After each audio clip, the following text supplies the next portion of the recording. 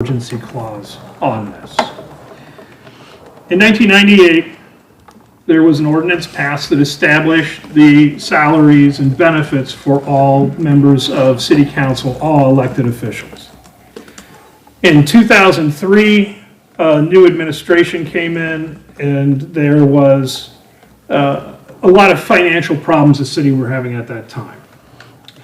One of the acts that they took was to cut all of the elected officials' salaries by 10%, and then freeze their salaries at that rate until this ordinance is repealed.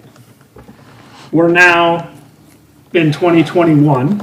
We're now in a position where we can afford to pay salaries for everybody in the city, and I feel it's time to remove this restriction and at least get us back to what the elected officials were being paid in 1998. Built in this, so that it's not something that needs to be continually revisited, is starting the year after this would take effect, so 2023, is an automatic cost of living adjustment based on the consumer price index. Therefore, it doesn't have to continually be revisited. These rates that are paid, again, go back to the 1998 rates and give us a good starting point to reimburse our elected officials for their time and out-of-pocket expenses doing the business of the city. By no means does this make anyone rich, and I've been talking about doing this to different finance committees and different council people for the past several years. I think we're in a financial position where we can start to move forward and create some level of compensation that makes this job at least some level of affordable for the people that give up their time and their assets to be able to do this. One of the reasons that I'm the one bringing this is this does not affect me in my current office. That if you pass this, it will not give me any change in my pay, because you can't change someone's salary during their term. So I'm bringing this not because it would help me, but because I think it's the right thing to do, and I think it's what we need to reimburse people for the effort they put into the city and maybe attract some new people to come in and work for us, work with us. I worded this in such a way, again, you can have 3 readings over 3 meetings and take your time, or you can do it all now. There's not an emergency clause in it because it won't take effect till January 1st. It does not affect this current council. It affects the next council. It doesn't affect any current elected official. It affects the next term of those positions. And all it does is remove that 10% reduction, which was, it's interesting if you get the opportunity to go back and look at Ordinance 16/2003, the original ordinance. The mayor at that time had some interesting comments that he wrote on it. This was not a unanimous thing that everyone in the city thought should happen. Now, there were some things that happened that I think are valuable, like benefits. All the elected officials only get the pension benefits. There's no benefits in the form of healthcare insurance or vacation time or sick time or anything like that. The only benefit is the pension contribution. I'm happy to answer any questions about this. Mrs. Lake. If I may ask Mr. Stith through the chair. In section 3, it says that effective January 1st, 2025, the salaries will increase. And you had said something about 2023. That's my first question. And then secondly, for the sake of putting this into perspective, do you have an estimate of how much total, what a difference total this will make in a year? It's probably pretty minor compared to the total budget. I'm just curious if there's some kind of a figure that you could share with us, the total cost of this. I could quickly come up with that, but as far as 2025, you're correct, because you can't change the salaries of people during their term. It's not something that's going to happen every year. It has to be the next council. So Right. that's why that date is there. So you're correct. I did misspeak there. I wanted to make sure that there wasn't a typo in here. I will quickly add this up.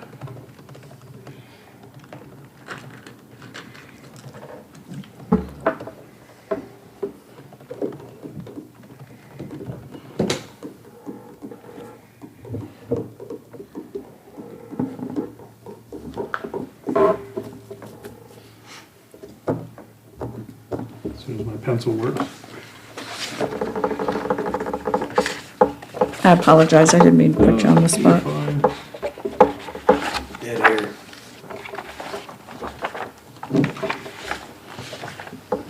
I'd be happy to comment if anybody wants to hear. Sure.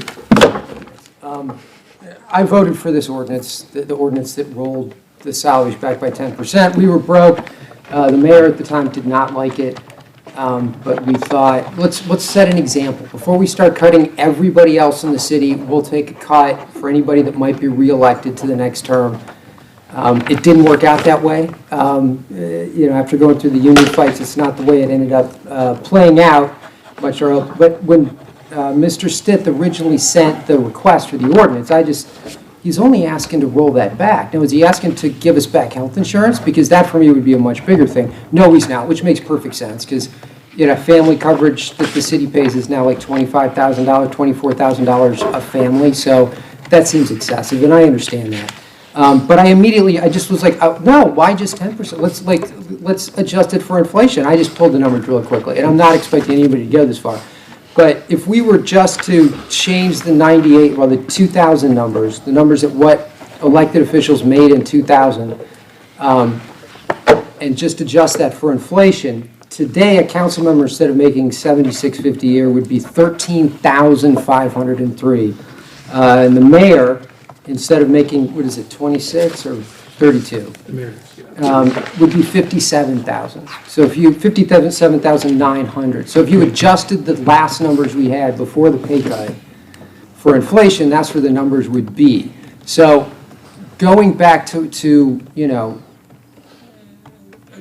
back to what was set under that 98 ordinance, it seems to me to make a lot of sense. And the city is in a financial position now to do it. So, and again, as Mr. Stith said, it doesn't affect anybody that is currently in office. I mean, it doesn't affect anybody for their current term. It wouldn't affect me or Mr. Stith or the mayor if we were to run and be reelected until the beginning of our next term. And I will say this, that I think that now is a good, part of the discussion that Mr. Stith and I had was like, well, let's just start here. This seems like a pretty basic thing. At the very least, what I learned early in your term is that council no longer qualifies as a full-time employee under PERS, which had always been the default, but they switched to a you got to make at least this much money. So council doesn't count as far as earning any kind of a pension, which is even if you do count as a full-time employee at 76 or 8,000 or whatever it is a year, is if you do this for 20 years, you'll get $60 a month or something. And it's not a lot, but it's nice to count as a full, it counts for something under PERS. You don't qualify because you don't make enough. This would at least push you up to that, and with the cost of living, would at least keep you at that, should keep you at that level, which makes sense to me at the very least.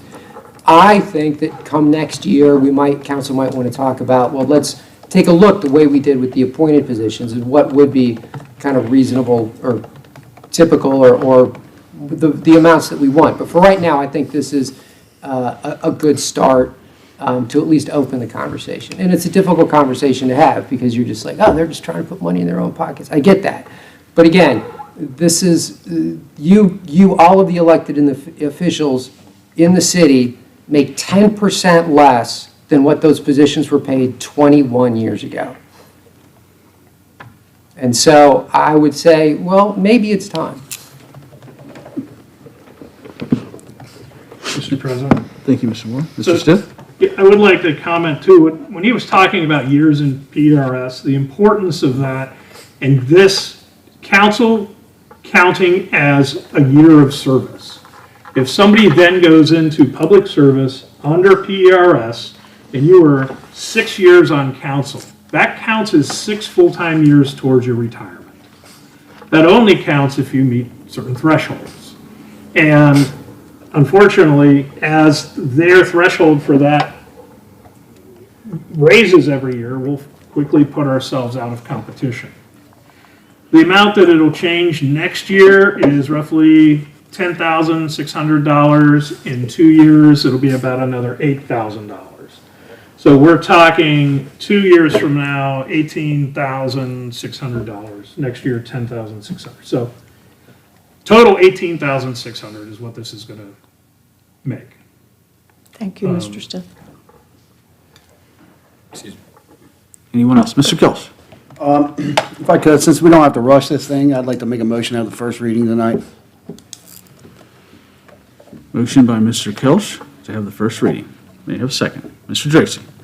I'll second the motion. Second by Mr. Dracy. Any further discussion? Mr. DiNardo? May I ask, Yes. I'm sorry, could I ask through the chair to Mr. Couch if you would maybe amend that to have 2 readings? And that would still allow people to comment, but we could move it along. It's just a request. It's totally up to you.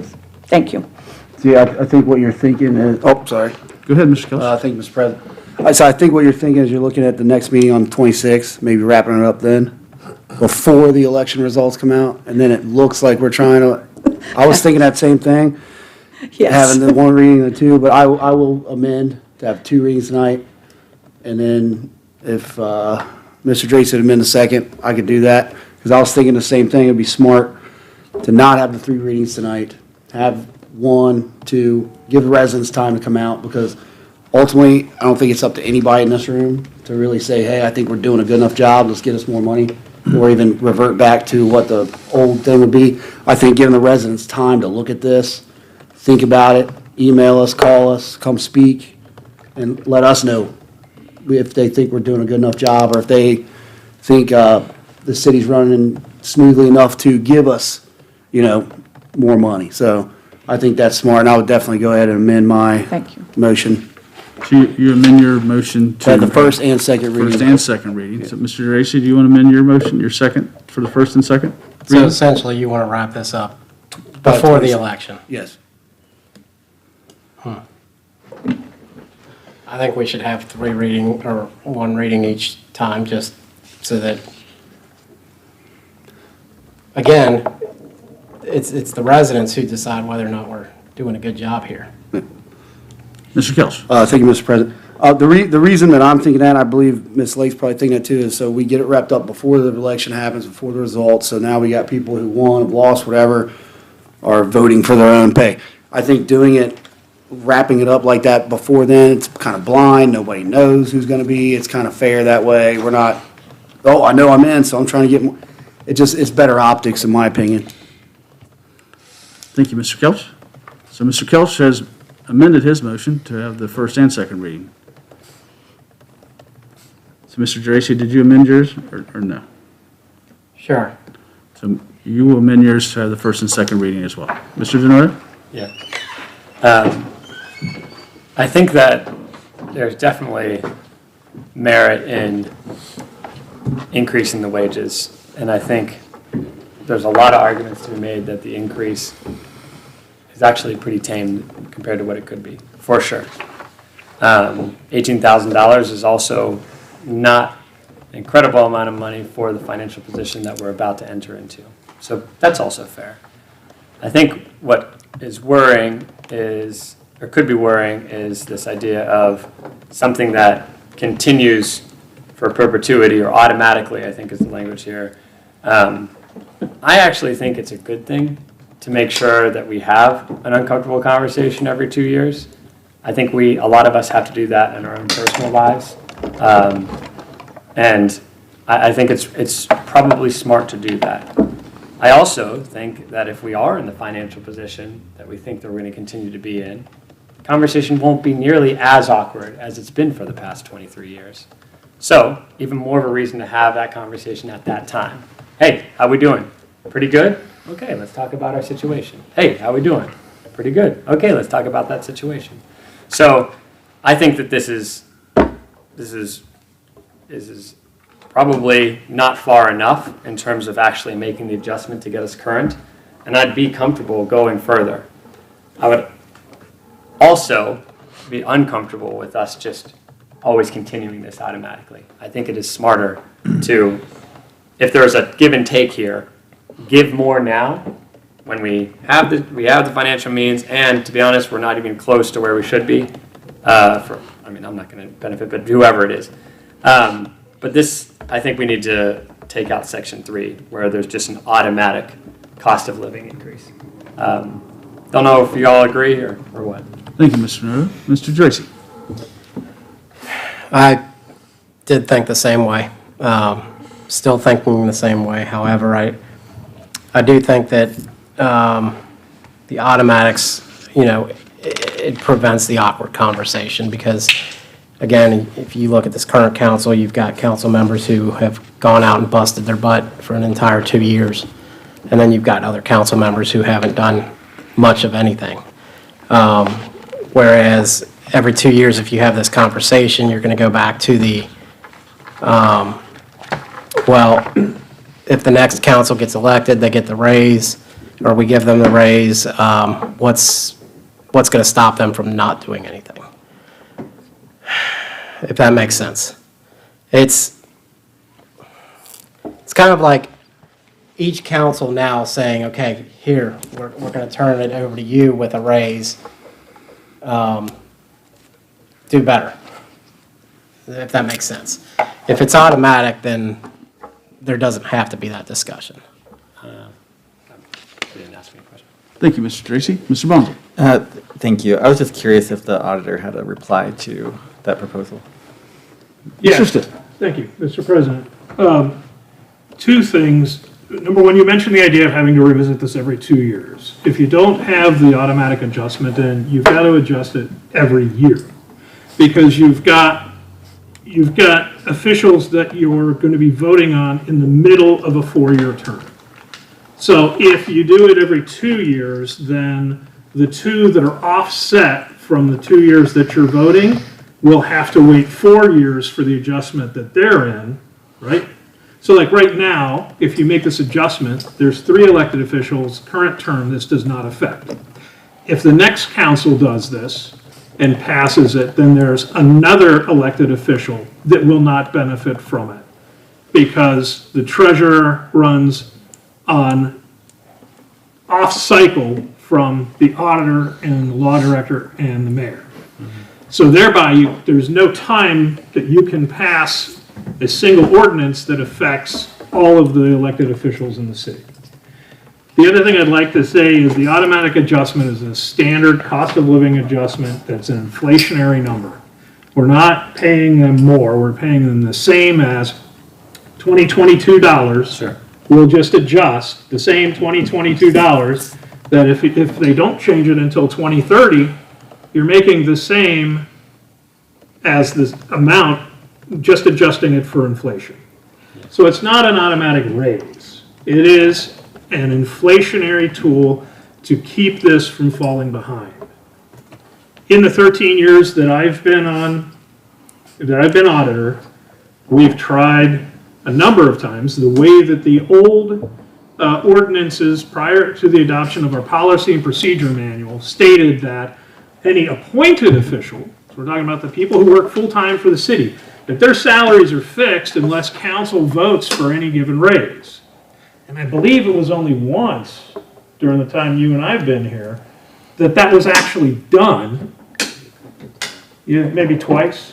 Yeah, and they were like 2%. So we had these appointed officials that because it became a political argument every couple of years to try to give our people just cost of living adjustments, that it didn't happen. Because everyone was so afraid to bring it forward or to try to vote on it because we had so many other issues to deal with that it seemed like you were just, giving people raises for no reasons when really all we were trying to do is just, keep in front of inflation a little bit, and we couldn't even do that.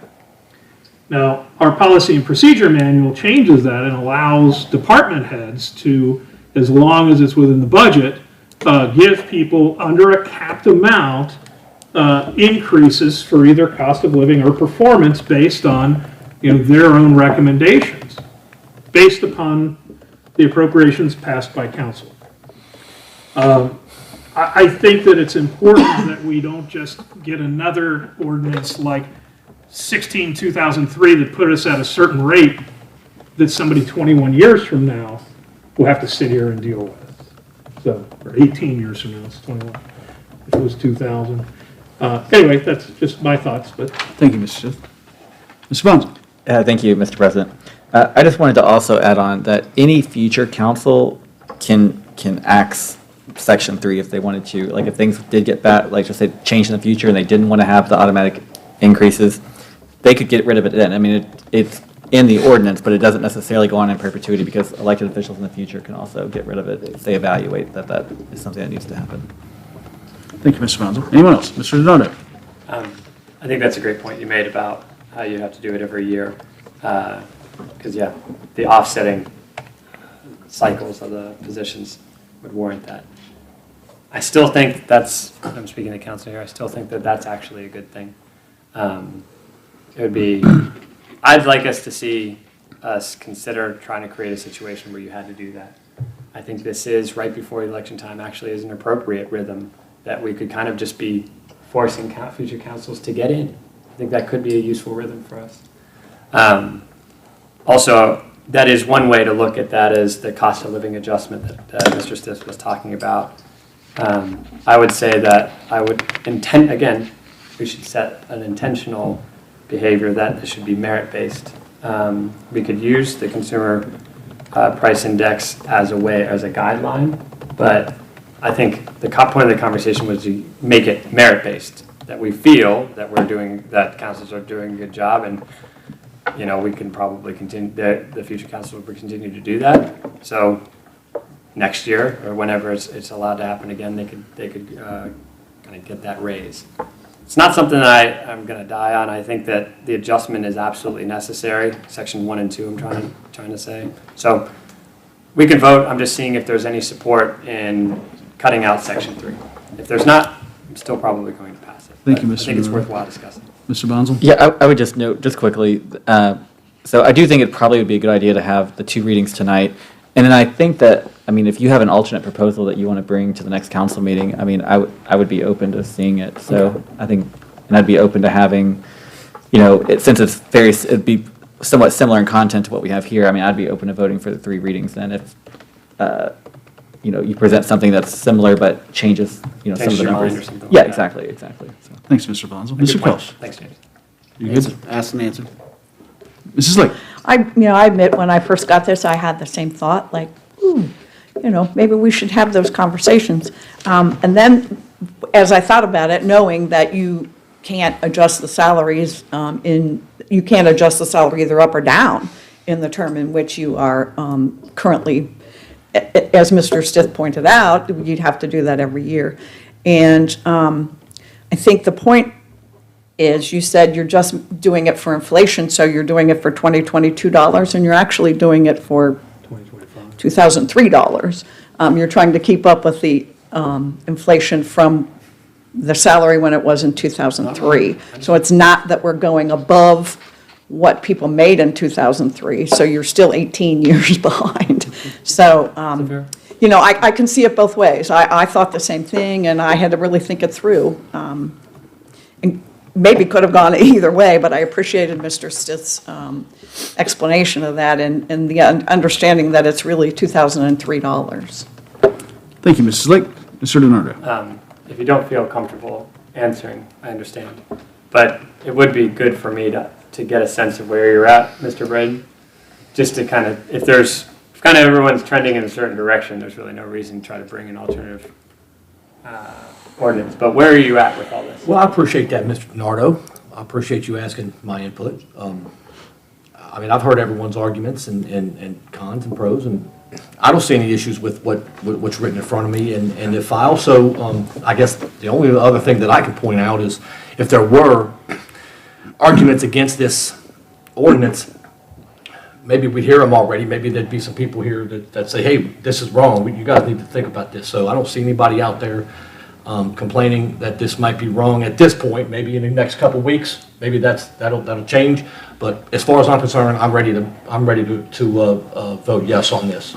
Thanks, everybody, for your. Thanks, Mr. Brady. Mr. Bonzo? Yeah, I just still would, I mean, I would still encourage you, if it's something that you feel is important, to bring the proposal, because I frankly I would potentially consider it. So I'm fine voting with what's in front of me, but, yeah, don't feel discouraged, I guess, to not bring a proposal if you Give it a feel like think. you want to do that. I'll talk to you guys.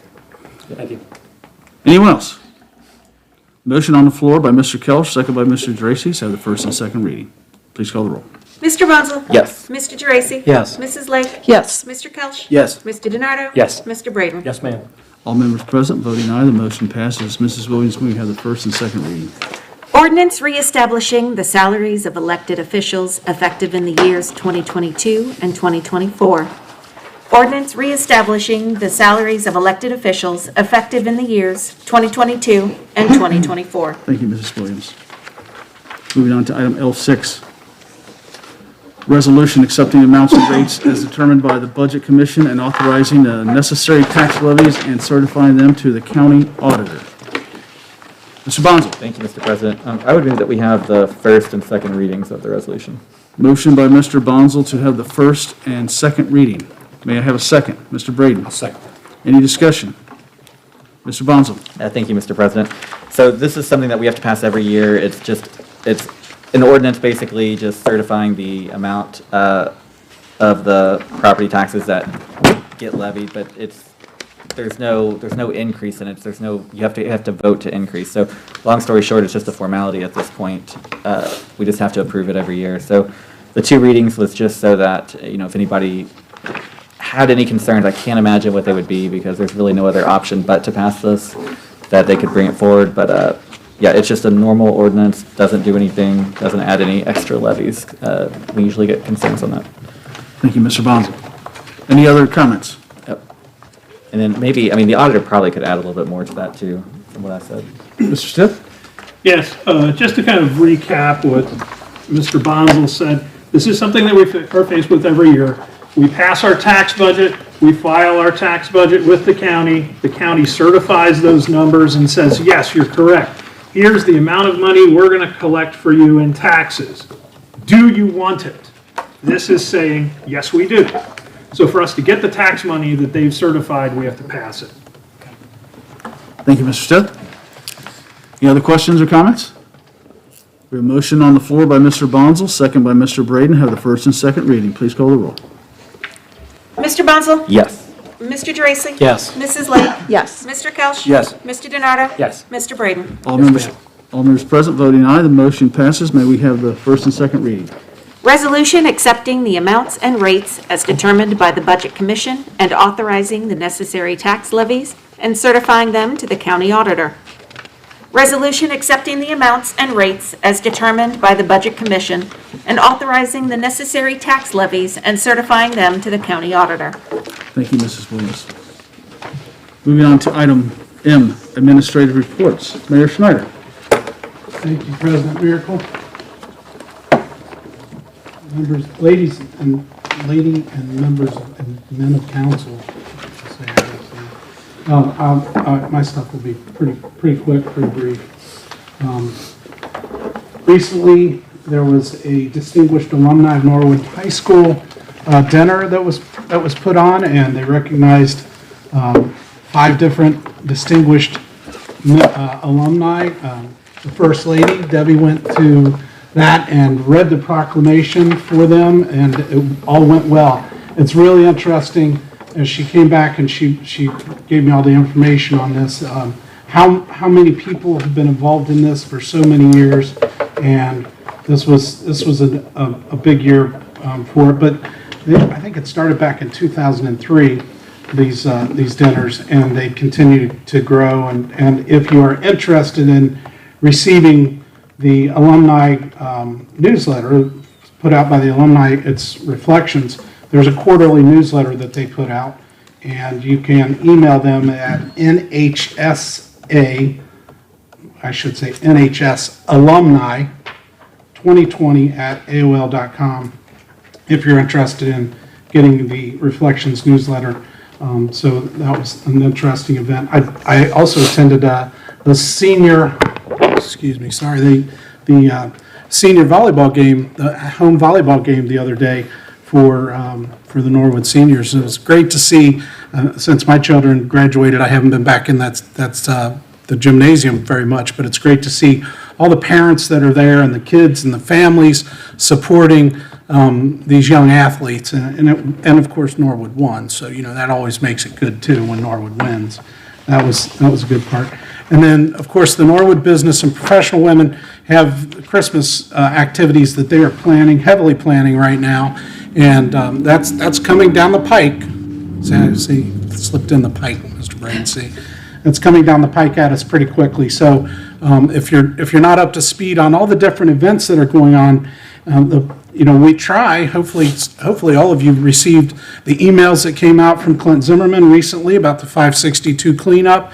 He's been really good, and the Norcom guys, both Jerry and Kyle, have been really good at getting good information out there to all the people we have their emails. So there's a lot that we're sending emails out to, but if you're interested, you can go to either the City of Norwood's Facebook page or contact the city. You look at our website, and we'll send you out emails about everything that's going on. Important notifications, like when 562 is going to be closed down, and also other important information. I mean, Clint's been very good at communicating those things out there. So we are working on the budget right now. I know Auditor Stith has been putting numbers together. All of the department heads have been putting numbers together.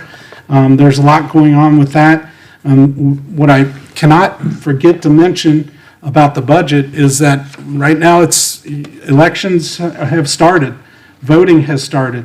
The City of Norwood has an operating levy, a levy, it's issue 8 on the ballot right now. That is an operating levy that we need passed. This has been the operating levy that was first passed back in 2003, and it is the lifeblood of our community. It helps pay for, all the different recreational things, of course, all the amenities that we want to improve upon, but it also helps fund the operating account so that we can do street improvements, so that we can, have a great fire department, a great police department, and all the different services. So it's very important that we pass that levy.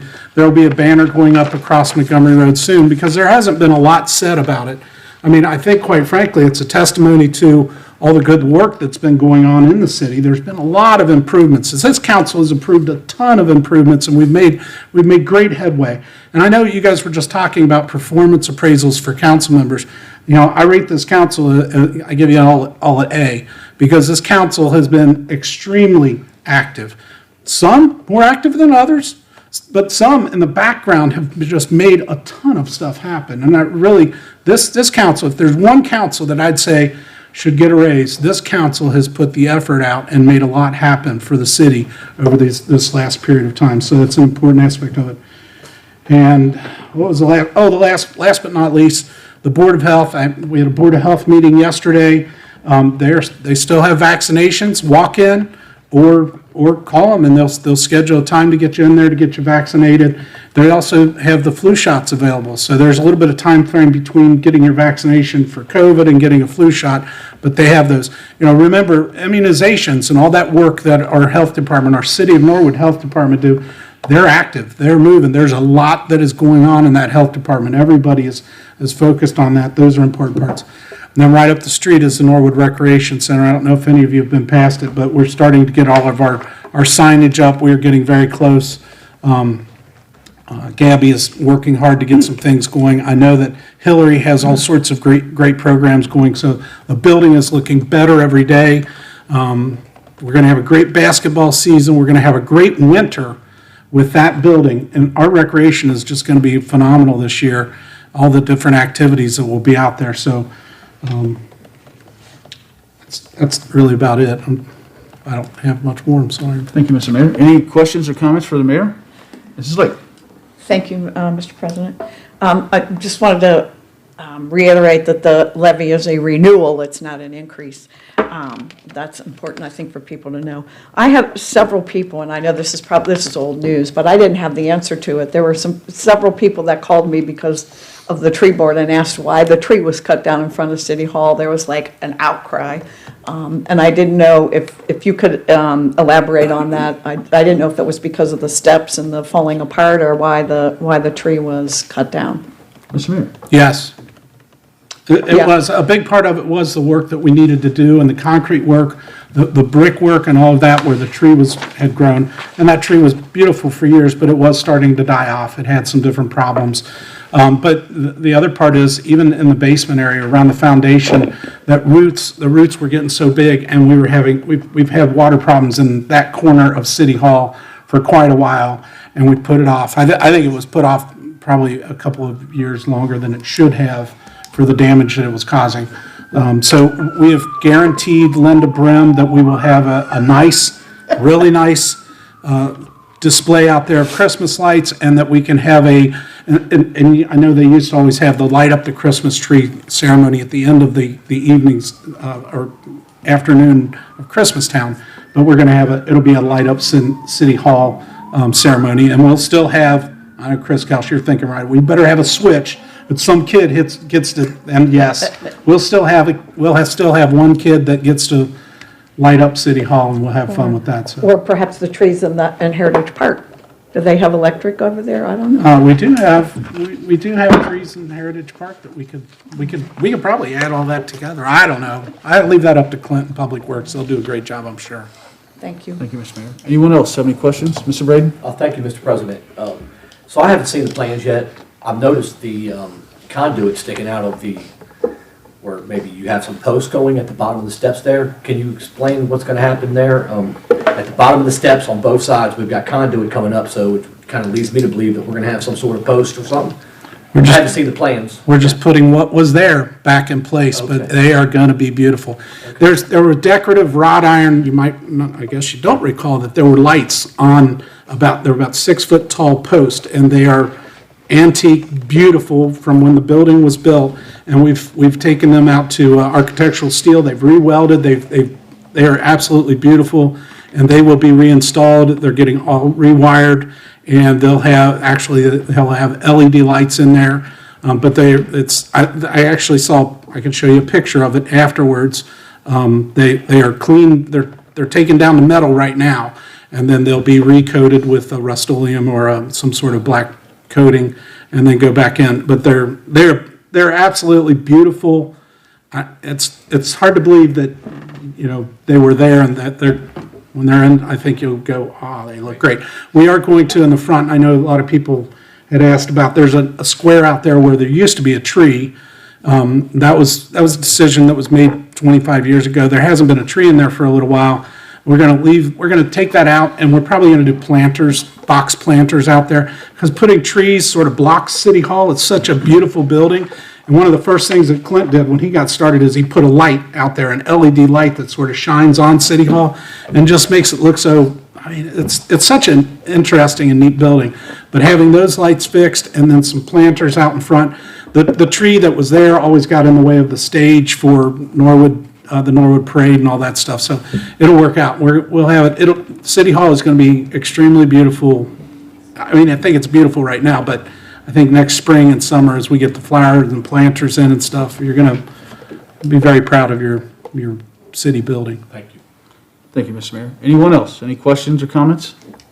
Mr. Kelch? Thank you, Mr. President. So I just wanted to start off by saying versus asking this time.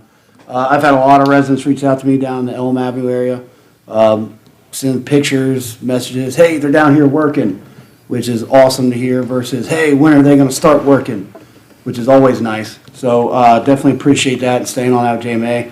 I was asked kind of like an update of kind of where JMA is at in the process, when we can start kind of sharing more with the residents about, in town hall meetings, like this is kind of the plan, this is where we're looking at. Are we at that stage yet? Are we close, or?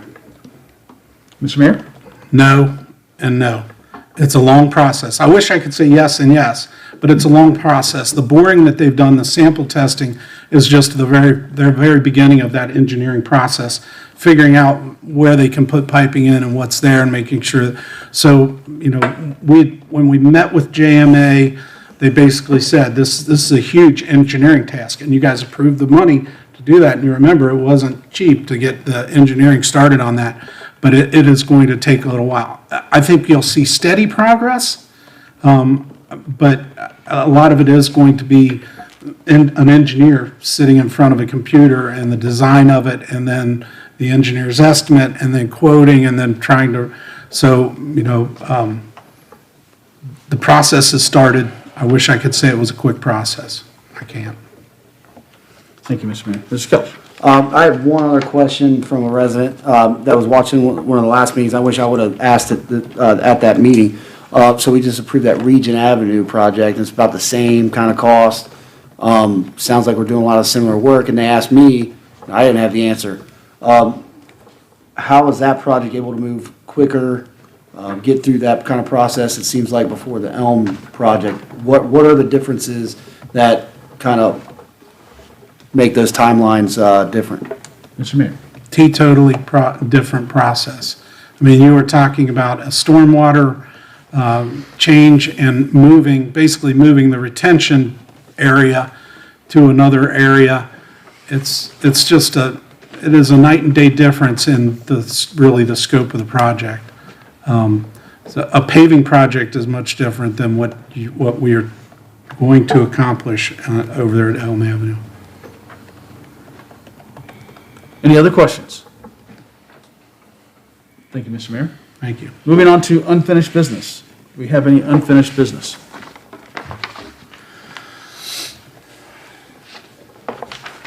One item I wanted to bring up to council is that Mr. Gabbard was the president pro tem, and we need a president pro tem. So we could nominate someone and make a motion. Mr. Bonsall? Thank you, Mr. President. Since we have somebody that served as the president of council for, 8-10 years, I would nominate Donna Lake to be the president pro tem. We have a motion by Mr. Bonsall to make Donna Lake the president pro tem. Mr. DiNardo? I'll second that. Any discussion? Please call the roll. Mr. Bonzel? Yes. Mr. Dracy? Yeah. Mrs. Lake? Yes. Mr. Kelch? Yes. Mr. DiNardo? Yes. Mr. Braden? Yes, ma'am. All members present voting aye. The motion passes. Thank you, Mr. Bonsall. Thank you, Mrs. Lake. Any other unfinished business? Move on to new business. Any new business this evening? Mr. Dracy?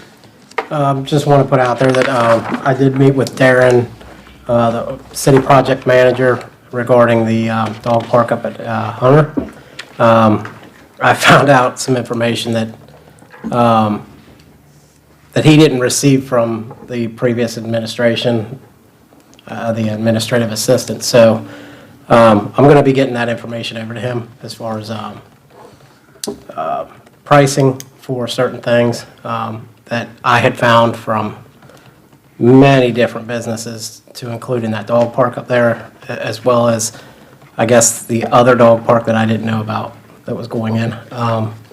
So he'll be getting that packet of, 50 or 60 pages that I built up 2 years ago for it. And then we'll start looking at getting equipment in there for the dogs. There's also some other things that I've discussed wanting to do at that dog park, and getting people involved, but I'll leave that up to a later discussion. But there are some events that I'd like to see up at that dog park, and not just the dogs running around, but actual events that bring people to the city to showcase that park. What was the other park that's getting a dog park? I was just informed by him that Upper Millcrest is getting one, which I had no clue until Cool. Thursday of last week. Like the ballpark area? Yeah. Thank you, Mr. Tracy. Anyone else with new business? Anyone else? Mr. Bonzo? Thank you, Mr. President. So this Saturday is going to be a pretty exciting time for Norwood and specifically for Ward 1. So the 2021 Norwood Historic Home Tour is happening, and so it's the third Saturday in October, I think, most years. So it's actually going to be starting around Victory Park. You do need to sign up ahead of time and get a ticket because they have certain lead-off times where there's only so many people per group, and so the groups leave at staggered times.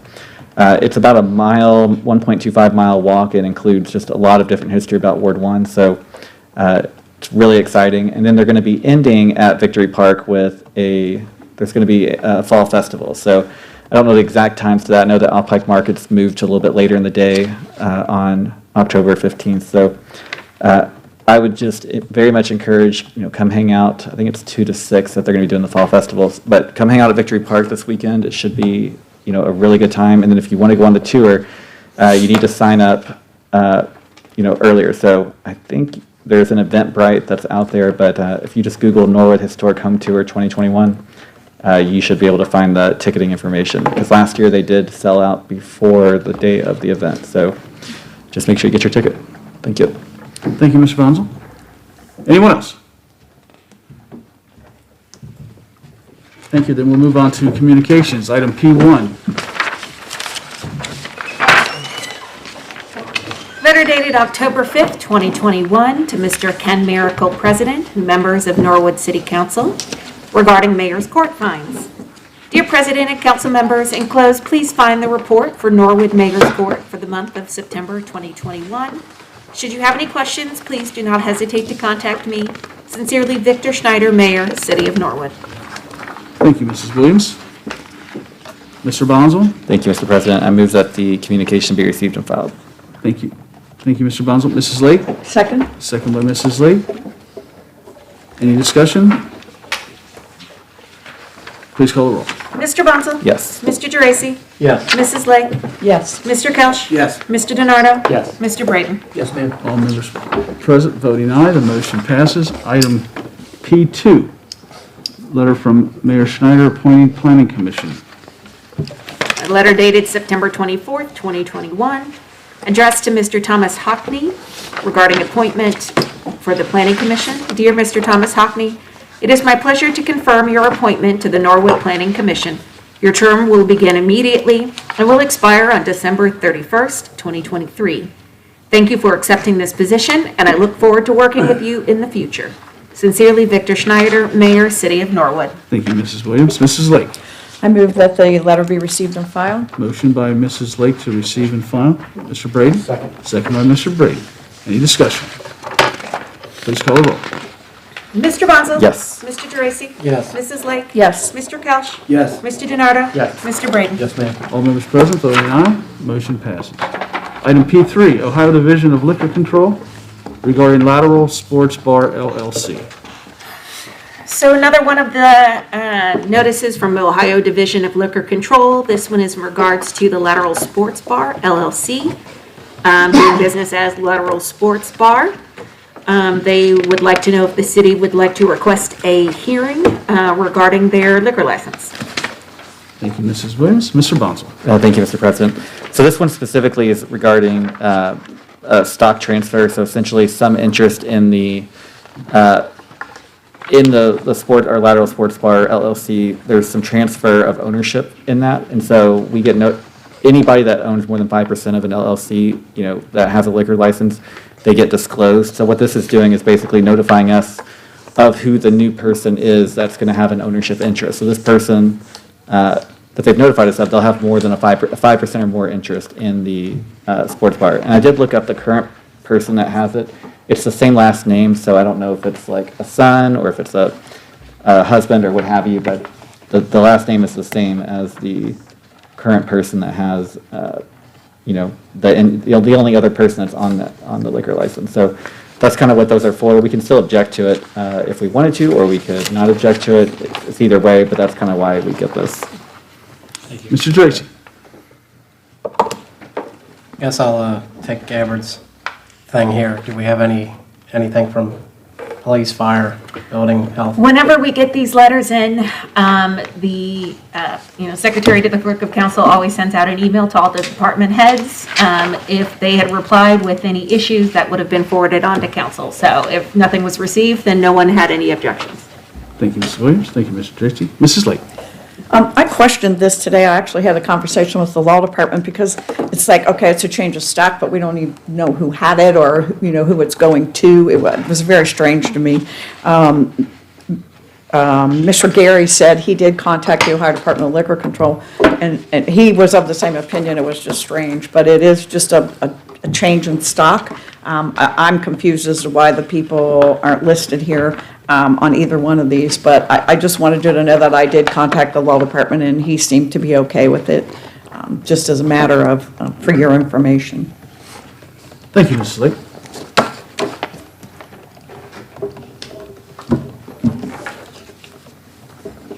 Mr. So Bonzo? we need a motion. I would move that we receive and file the communication and take no other action. Motion by Mr. Bonzo. Mrs. Lake? Second. Second by Mrs. Lake. Any further discussion? Please call the roll. Mr. Bonzel? Yes. Mr. Dracy? Yes. Mrs. Lake? Yes. Mr. Kelch? Yes. Mr. DiNardo? Yes. Mr. Thompson? Oh, sorry, I did it again. Mr. Breeden? Yes, ma'am. All members present voting aye. The motion passes. Moving on to item P4, Ohio Division of Liquor Control, Speedway LLC. Mrs. Williams. So a similar notice from the Ohio Division of Liquor Control, this one regarding Speedway LLC, DBA Speedway 9582. It's Williams Avenue and Beer Cave. So same thing, the Ohio Division is asking if there is any objection. It looks like on the application, it has to do with every location in Ohio. Oh, it's a change in ownership is what it looks like, just like the last one. So, and again, my office always contacts all the department heads to see if there's any objection, and none were received. Thank you, Mrs. Williams. Mrs. Lake. Move that we receive and file the letter and take no action. Motion by Mrs. Lake, to receive and file and take no action. Mr. Brady. Second. Second by Mr. Brady. Any discussion? Please call the roll. Mr. Bonzel? Yes. Mr. Dracy? Yes. Mrs. Lake? Yes. Mr. Kelch? Yes. Mr. DiNardo? Yes. Mr. Braden? Yes, ma'am. All members present voting aye. The motion passes. Moving on to item Q, excuse absent members. Mrs. Lake. Move to excuse the absent member. Motion by Mrs. Lake to excuse the absent member. Mr. DiNardo. Second by Mr. DiNardo. Any discussion? Please call the roll. Mr. Bonzel? Yes. Mr. Dracy? Yes. Mrs. Lake? Yes. Mr. Kelch? Yes. Mr. DiNardo? Yes. Mr. Braden? Yes, ma'am. All members present voting aye. The motion passes. May I have a motion for adjournment? Mr. Bonzo. Thank you, Mr. President. I move we adjourn. Motion by Mr. Bonzo. Mr. DiNardo. Second by Mr. DiNardo. Please call the roll. Mr. Bonzel? Yes. Mr. Dracy? Yes. Mrs. Lake? Yes. Mr. Kelch? Yes. Mr. DiNardo? Yes. Mr. Braden? Yes, ma'am. All members present voting aye. We are adjourned. Council members,